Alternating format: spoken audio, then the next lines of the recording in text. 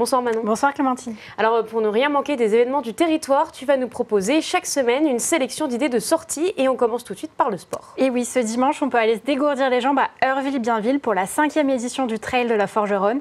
Amateur ou confirmé, tout le monde peut s'essayer à des parcours allant de 1 à 22 km. L'occasion de courir dans les bois, à Heurville-Bienville bien sûr, mais aussi à Narcy, Chamouillet ou Couzance-les-Forges. Pour ceux qui préfèrent les week-ends plus tranquilles, une marche sur le parcours de 11 km est idéale. Et si on n'est ni course ni marche, qu'est-ce qu'il y a d'autre ce week-end? Eh bien ce week-end, on peut aller à Vassincoul pour le festival de musique ce samedi 7 septembre. Organisé par le Pôle Enfance de l'ADAPI de la Meuse, ce festival de musique rassemble des artistes, des personnes en situation de handicap et du public. On se côtoie tous autour de la musique, c'est un lieu qui se veut festif et bienveillant. Cette année, le groupe Padawan, porté par des jeunes de l'ADAPI de la Meuse, sera sur scène en deuxième partie de soirée. Et vous le verrez, ils n'ont rien à envier aux autres artistes présents. Alors restons dans la culture puisque ce week-end, les Trois Scènes ouvrent leur billetterie pour la saison 2024-2025, Manon. Et oui, cette année, plus de 70 événements sont prévus au théâtre, à la Forgerie de Vassy ou au Fuseau. Pour cette saison, le maître mot est donné, soyons curieux. Concerts, théâtre, danse et spectacles jeunes publics sont proposés. Cette billetterie sera accessible en ligne et en présentiel au Fuseau dès ce samedi. Et pour annoncer cette saison au public, l'équipe des Trois Scènes a organisé une soirée d'ouverture de saison au sein de la salle des Fuseaux. Un ciné-concert a été diffusé, 16 levées de soleil. Un reportage de la rédaction. La station spatiale, ça vole dans le ciel à 28 000 km/h. Alors que le soleil se lève sur la Terre, les musiciens apparaissent sur scène.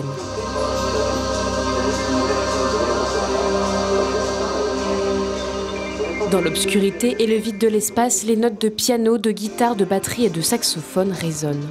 Ce soir, la bande originale du film 16 levées de soleil est jouée en live.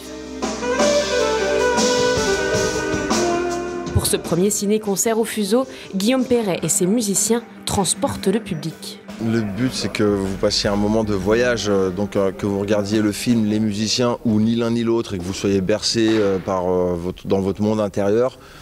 C'est parfait, quoi. Donc des fois c'est un ciné-concert, des fois c'est un concert ciné. Ça n'a pas d'importance. Ça dépend des passages en fait, et puis ça dépend de chacun aussi. La force de ce ciné-concert, c'est que plusieurs voyages sont possibles. Soit avec Thomas Pesquet dans la Station Spatiale Internationale, soit dans la salle avec la musique jouée par le groupe. La Terre nous en apprend plus long sur nous que tous les livres. Malgré le canevas très structuré du film, c'est-à-dire qu'on a des timings de départ, d'arrêt, de transition qui sont hyper fixes, mais à l'intérieur de ça, on a des larges espaces d'improvisation, et même encore ce soir, on a créé des nouveaux petits passages.